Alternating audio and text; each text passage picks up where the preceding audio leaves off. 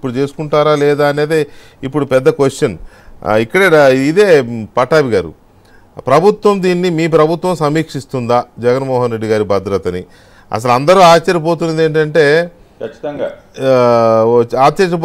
ఇంకా ఎందుకు డ్రాప్ చేయలేదు ఆ భద్రతని, ఇంకా ఎందుకు సమీక్షించట్లేదు, అసలు ఉంచుతారా, ఇలాగ కంటిన్యూ చేస్తారా అనే ఒక డౌట్ చర్చ జరుగుతోంది జనంలో. వికే గారు, ఖచ్చితంగా సమీక్ష జరుగుతుంది.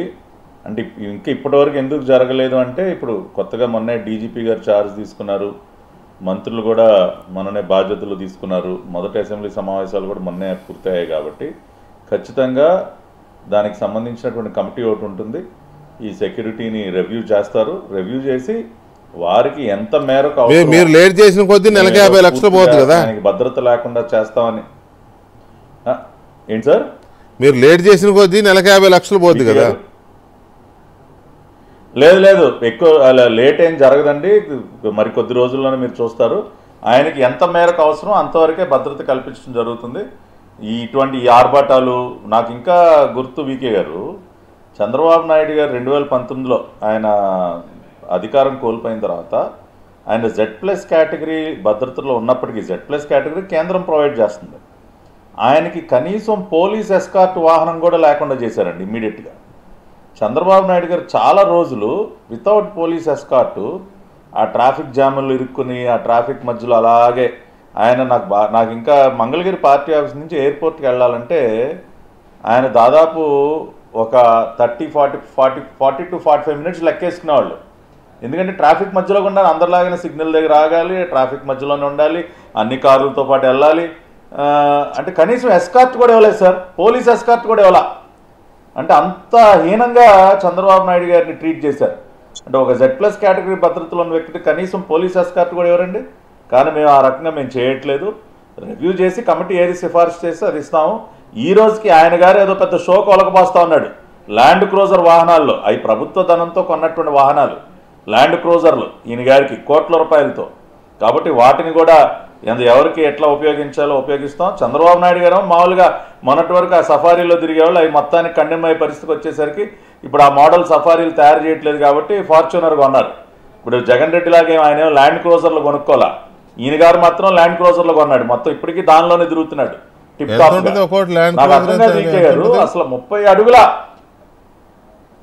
ల్యాండ్ క్రూజర్ ఒక్కోటి 2 కోట్లు సార్ మినిమం. బుల్లెట్ ప్రూఫింగ్ అంటే ఇంకొక ₹1 కోటి వేసుకోండి, 3 కోట్లు minimum. Bullet proof land cruiser Prado అంటే 3 కోట్లు తక్కువ రాదు ఒక్కొక్క బండి. అట్లాంటి ఎన్ని కొన్నాడు? 10 ఎన్నో ఉన్నాయి ఆయన కాన్వాయ్లో.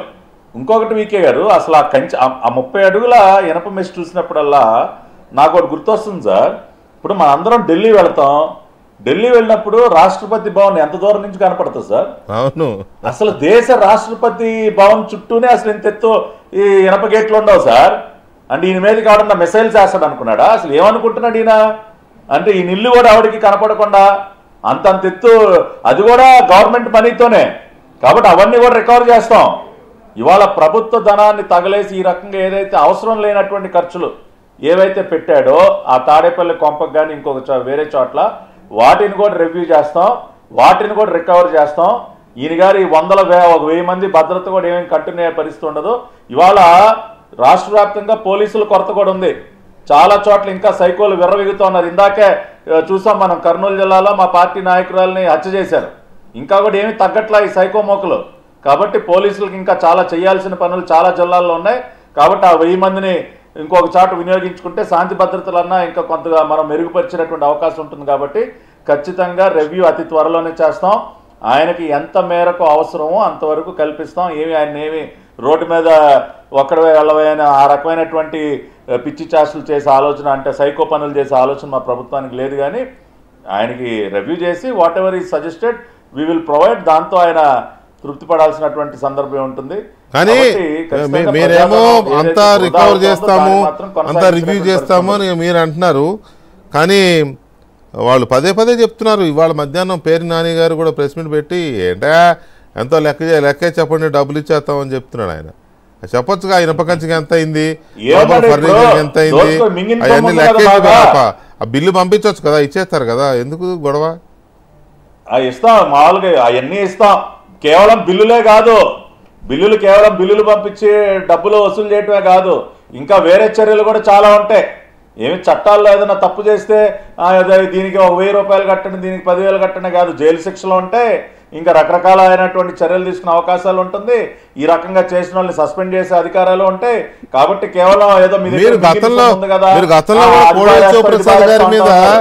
కోడెల శివప్రసాద్ గారి మీద ఇలాంటి అలిగేషన్స్ వాళ్ళు చేసినప్పుడు మీరు ఇదే మాటని డబ్బులు ఇచ్చేస్తే ఇది ఎలా ఉండేదో, మరి మీరు డబ్బులు ఇస్తాం అనలేదేమో.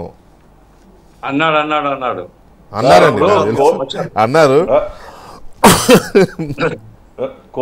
కోడెల గారిది నిజంగా ఎంత దుర్మార్గంగా వ్యవహరించి, మొన్న కూడా ఆ గుడివాడు గుట్కాగాడు ఇంకా కోడెల గారి గురించి వాగుతూ ఉన్నాడు.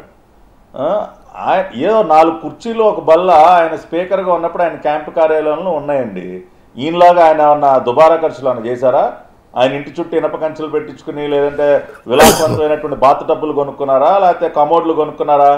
దానికి అంత రాద్ధాంతం చేసి ఆయన మానసిక క్షోభకు గురి చేసి ఎంత వేధించారండి కోడెల గారిని. కాబట్టి వాళ్ళు ఆ రకంగా మానసిక వేధింపులు లీగల్గా ఏది చేయాలో అది చేస్తాం. దానిలో మీరు చూస్తారు కదా, ఎక్కువ రోజులు టైం కూడా ఇప్పటికే GAD వాళ్ళు ఆల్రెడీ ఒక లెటర్ పంపారు, ఒక నోటీస్ పంపారు. కాబట్టి అవసరమైనటువంటి చర్యలన్నీ కూడా నిర్మోహాటంగా తీసుకుంటాం. రైట్. ఫైనల్గా ఒక మాట గఫూర్ గారు,